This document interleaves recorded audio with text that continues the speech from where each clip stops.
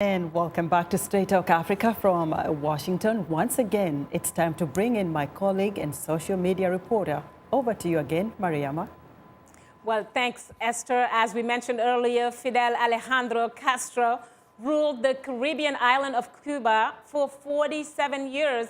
And whether some agree or disagree, he has left an imprint on almost every major revolutionary effort in Africa since 1959. Well, this leads us to our question of the week, asking, what impact did Fidel Castro had on Africa? Well, starting off the conversation is a listener from Tanzania with our letter of the week. Kanama in Tanzania writes, Tanzania trains many doctors in Cuba. Angola managed to expel Portugal due to material support from Cuba. As Africans, we were inspired by his revolutionary method of attaining our independence from the whites.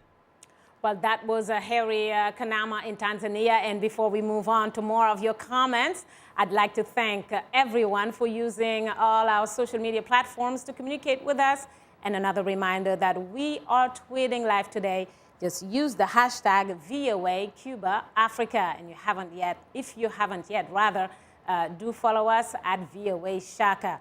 Speaking of it, let's go to a tweet from Emmanuel Kachele, who writes that Fidel Castro tremendously helped Africa get rid of the colonial chains, but later African leaders forgot him. Now to a comment from our Facebook followers, this time from Mohammed Ahmed Mansour in Monrovia, Liberia, who writes, Fidel Castro made a deep, lasting impact on Africa as the continent shook off the yoke of colonialism. Many on the continent will remember him as a key ally to African independence movements and as a generous man who provided doctors and teachers to poor societies.